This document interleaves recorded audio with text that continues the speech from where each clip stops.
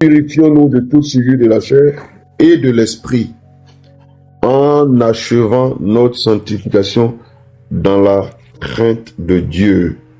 Alors, il donne deux éléments qui nous aident à la sanctification. Et il dit qu'il y a deux niveaux de sanctification. Il y a la sanctification d'abord de l'esprit et ensuite la sanctification de la chair. Très souvent, nous, on veut avoir la sanctification de la chair en oubliant que toute forme de sanctification au niveau physique ou bien au niveau de la chair tire son essence, tire sa force dans la sanctification de l'esprit.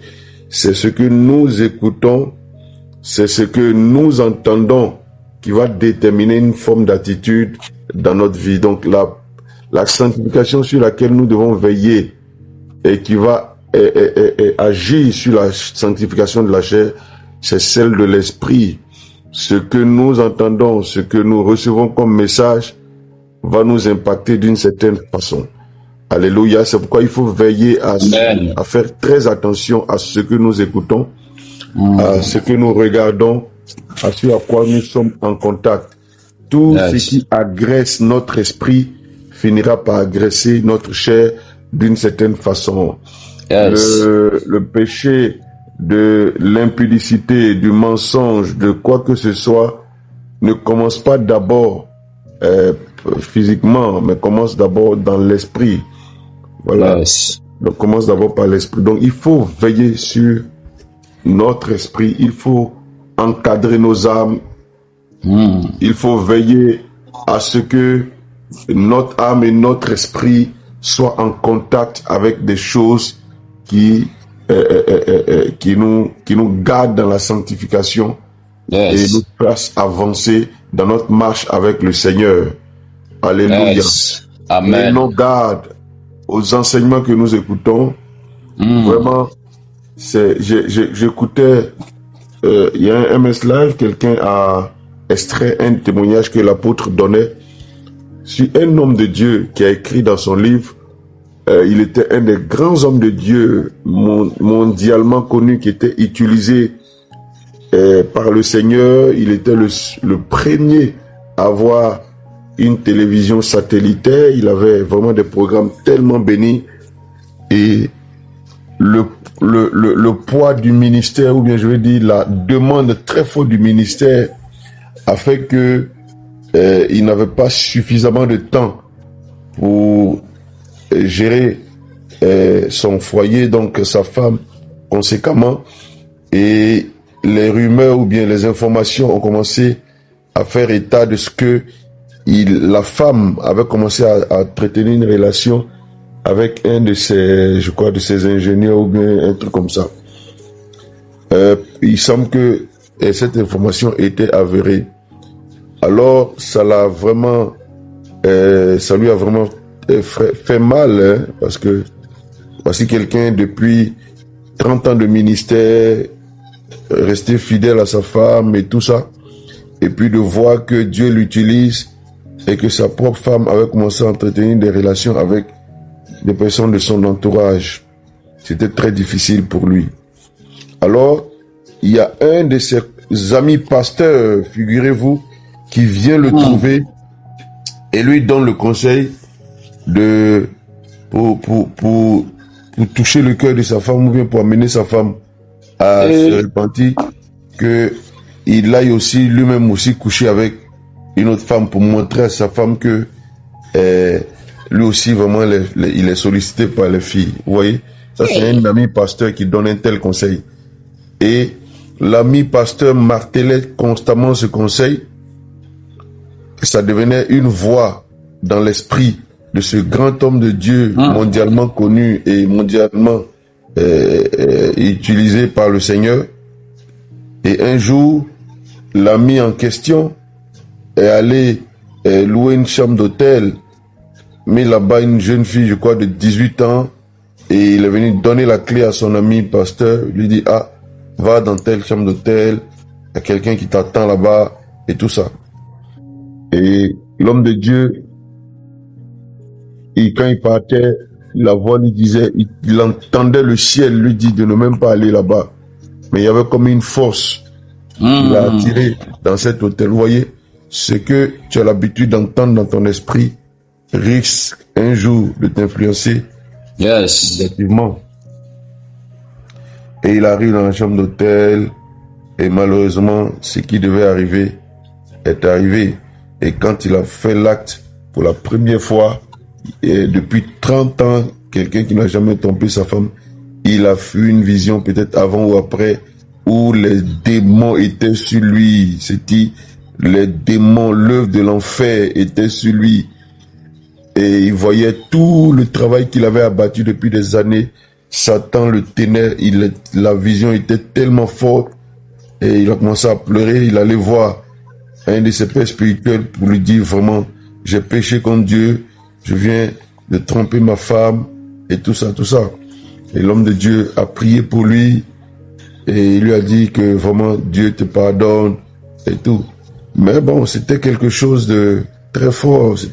Ça n'était jamais arrivé, tu vois. Donc, il a coupé tout rapport avec la jeune fille en question.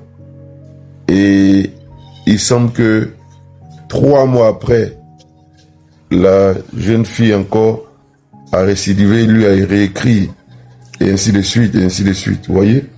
Donc, il y a des amis comme ça qui peuvent être des agents du diable. Yes. À force de nous ponérer l'esprit. Donc, la chute de cet homme de Dieu n'a pas commencé comme ça. Ça a commencé par un type de message qu'une compagnie a commencé à lui mettre dans l'esprit. Et à force d'entendre le message, a amené cet homme de Dieu à passer à l'acte et à tomber. Vraiment, veillons sur nos cœurs et sur notre esprit. Veillons sur ce que nous entendons. Personne d'entre nous n'est à l'abri. Il dit que notre sanctification est un processus. Il dit, achevons notre sanctification dans la crainte de Dieu. Donc, c'est un processus. Donc, je donne 3 clés ici. Comme la sanctification commence par l'esprit, première chose, c'est de veiller sur notre esprit et sur notre âme. Veiller sur ce que nous entendons. Veiller sur ce qui entre en nous. Veiller sur ce que nous regardons. Et puis, deuxième chose, il dit, ayant de telles promesses. Donc, il faut toujours apprendre à regarder à la promesse, aux promesses, je veux dire. Donc, il faut être rempli d'espérance. Voyons le ciel. Aujourd'hui, c'est parce qu'on ne prêche plus le ciel que très souvent nous tombons dans toutes sortes de dérives. Si nous gardons à l'esprit la présence de Dieu et les promesses de Dieu, il nous sera difficile de tomber dans le péché. Beaucoup de péchés dans lesquels les enfants de Dieu tombent sont dus au fait que nous avons perdu de vue la présence de l'esprit et la présence des choses glorieuses qui nous attendent. Quand tu sais qu'il y a des grandes choses qui t'attendent, tu sais te comporter. Un homme et une femme qui sait qu'il a un grand avenir, il sait marcher. Parce qu'il veut pas corrompre cet avenir glorieux qui l'attend.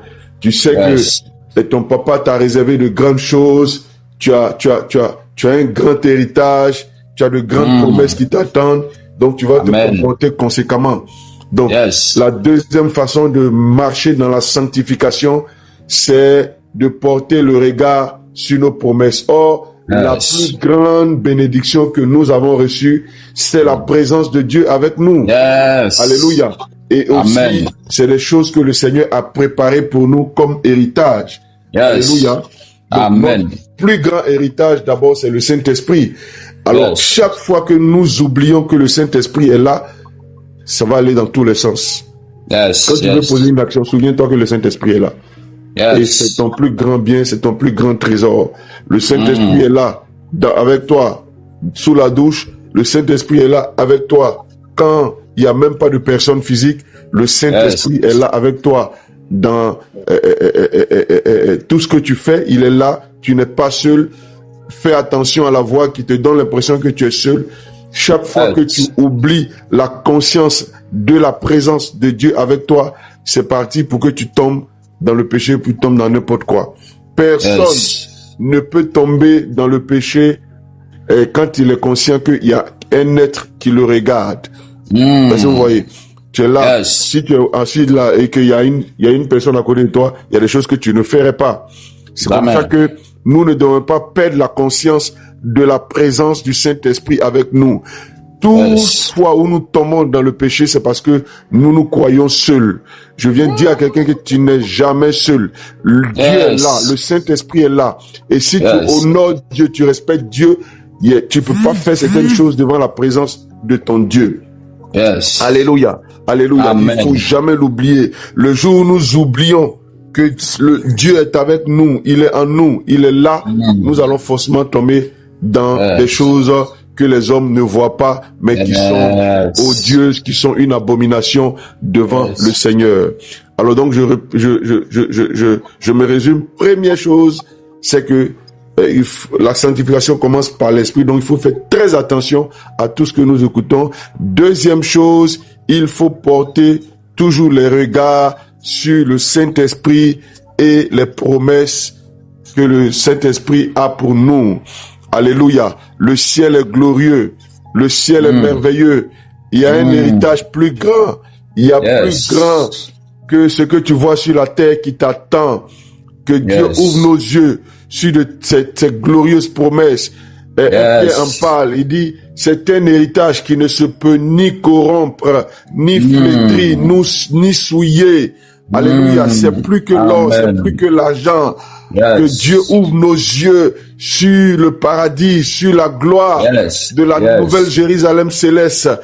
Et vous allez voir que nous allons vivre en se sentant étrangers sur la terre, mais en portant le regard sur les glorieuses choses que Dieu nous réserve. Celui qui sait où il va, il sait se comporter. Alléluia. N'oublions pas notre vision, n'oublions pas notre appel. Il y a de grandes choses que Dieu nous réserve. Alors cet homme de Dieu, il a eu la vision de ce que l'ennemi, Satan et tous ses démons étaient en train de lui prendre toutes choses. Il avait été capturé par l'ennemi. Vous voyez, donc il faut porter le regard vraiment sur nos promesses. N'oublions pas. C'est pourquoi écoutez très souvent les enseignements qui vous ramènent aux choses célestes. Il faut que tu vois le ciel.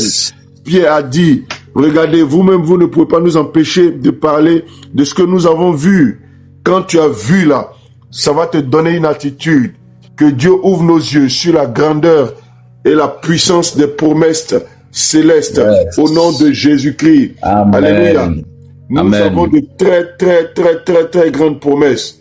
Que Dieu ouvre nos yeux afin de nous garder vraiment dans la sanctification. Et troisième chose, c'est la crainte de Dieu. Il dit, achevons notre sanctification dans la crainte de Dieu. Respectons Dieu, révérons Dieu. Si Dieu est très important pour nous, on ne va pas l'attrister. Si le Saint-Esprit a de la valeur pour nous, on ne va pas l'attrister. Alléluia. Voilà, ayons la crainte de Dieu. La crainte de Dieu commence vraiment à disparaître dans l'Église. C'est pour cela que le Seigneur soit là ou pas, on se comporte mal. Ayons la crainte de Dieu. Alors voici les trois choses que je veux vraiment résumer qui peuvent nous aider à garder une vie de sanctification. Première chose, veiller sur notre esprit, sur notre âme. Deuxième, garder le regard sur les promesses. Troisième, ayant la révérence, la crainte de notre Dieu. Alléluia. Amen. Ça c'est le premier point. Et le deuxième, la deuxième grande partie, c'est ce que vous avez abordé.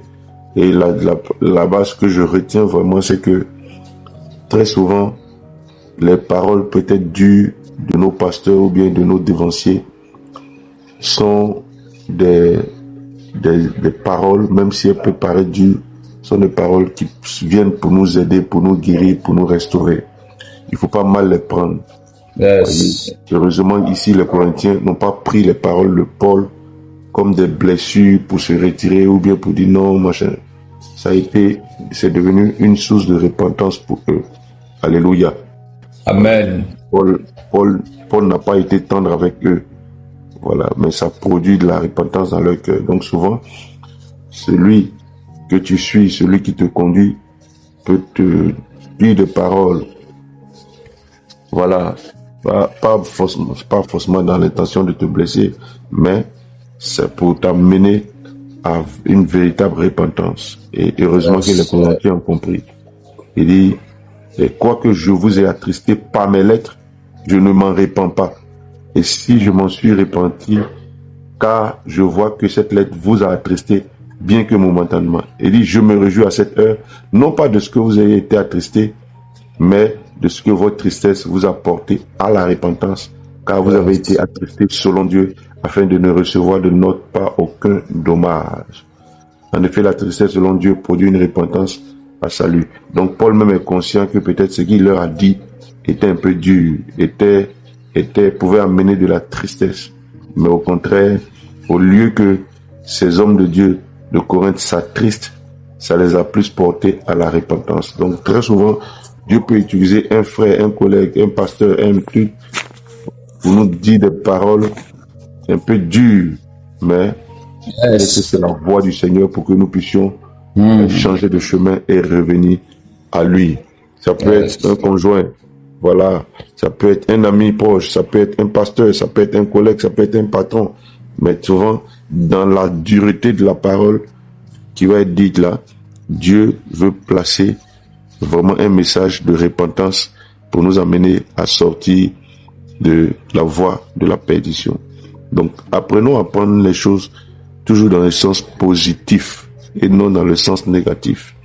La prédication, pendant qu'elle sort, peut venir toucher un pan de notre vie. Aujourd'hui, l'un des problèmes des chrétiens que nous sommes, on voit tout en jugement. Alors que peut-être Dieu veut nous parler. Alors, voilà, on me juge. C'est ça qui fait qu'on ne s'en sort pas. On s'en sort pas. Oui, on voit tout en jugement. Et les chrétiens jugent. Toi, mais ce que tu es dedans là, est-ce que toi, mais c'est bon? Toi, mais est-ce que ce que tu fais là, c'est bon? Tu n'as même pas besoin de te fâcher parce que peut-être quelqu'un est en train de parler de ta situation. Toi-même, ta conscience même te juge tout le temps. Donc, comprends que même si la situation a été exposée par un frère ou bien par une personne, Dieu est en train de t'interpeller. Non, on me juge, la Bible dit ne juge pas, ne juge. Mais mais si ça te plaît, c'est dans quoi tu es. Fort, papa. Et puis ça fait qu'on accepte des choses. C'est pour ça que les gens s'en sortent pas dans leur vie de péché. Parce que ils voient toujours l'intervention des gens concernant leur situation comme on les juge. Tu vois. Et ça n'amène pas comment on appelle là, une repentance sincère. Ça n'amène pas une repentance sincère. C'est vrai, la Bible dit de ne pas juger. Mais si quelqu'un t'a jugé là, faut prendre le côté positif pour dire, si même il m'a jugé là, ça veut dire que si Dieu veut m'amener à sortir de là. Voilà. Faut pas prendre ça dans le sens négatif. Oh, on m'a jugé, puis tu es dans ton coin, et puis tu vas encore t'enfoncer dans ta situation. Voilà. Donc, faut sortir de ça. Si on garde cette mentalité de on me juge là, tu vas pas sortir de ta situation. Le but, c'est de sortir. Voilà. Paul même a reconnu que ces paroles qu'il a dit là, ça attriste les gens. Donc, c'est celui qui a mis le doigt sur la plaie. Il n'a pas soigné l'eau, il a mis alcool brûlé. Avec coton et puis il malaxe dedans. Souvent, même quand tu es blessé, même quand on met l'eau sur moi-même, ça te fait mal. La plus forte raison, alcool. Et quand on dit des heureusement, ils ont compris. Ils disent, les paroles de notre pasteur, c'est dur, hein. Mais il y a la vie derrière. On n'a qu'à sortir de ça. On n'a qu'à se repentir. Faut pas qu'on prenne ça dans un sens négatif. On va être triste pour rien. On vient plus à l'église. On fait plus, on sort du département. Non. Il faut que cette parole dure là nous amène à la repentance. Alléluia. Amen. Nous bénisse, que sa grâce Amen. soit avec vous tous. Amen. Je bénis vos pas. Amen. Que l'amour surnaturel du Seigneur soit avec vous. En cette semaine de l'amour où l'apôtre est en train d'enseigner sur l'amour, où nous aurons ce soir à partir de 18h30 avec le pasteur Vaz Abouaké un message sur le mariage. En cette semaine où Dieu est en train de nous instruire sur l'amour, je prie que Dieu ouvre de grandes portes dans votre vie. Ceux qui ne sont pas encore mariés, que Dieu vous visite. Ceux qui sont déjà dans le mariage, devenez des modèles. Devenez des modèles. Que votre couple brille. Je vous bénis. Que cette semaine, Dieu ouvre des voies favorables dans votre vie. Que ceux qui avaient des dossiers en attente, que Dieu vous supprime. Cette semaine, avant même qu'on arrive à vendredi, j'entends dans mon esprit que quelqu'un aura un emploi. Tu as déposé les dossiers. Dieu va ouvrir une porte en ta faveur. On t'appellera pour une bonne nouvelle. Pour certaines personnes, avant que le mois de février ne finisse, tu auras une très belle surprise. Je vois une grâce particulière, une personne que Dieu augmente dans l'action, dans la guérison, dans son ministère. Soyez puissamment bénis. Que Dieu vous arrose, de grâce. Que les grâces ne s'arrêtent pas dans votre vie. Amen. Votre semaine surnaturellement bénie au nom de Jésus. Amen. Amen, amen, amen, amen.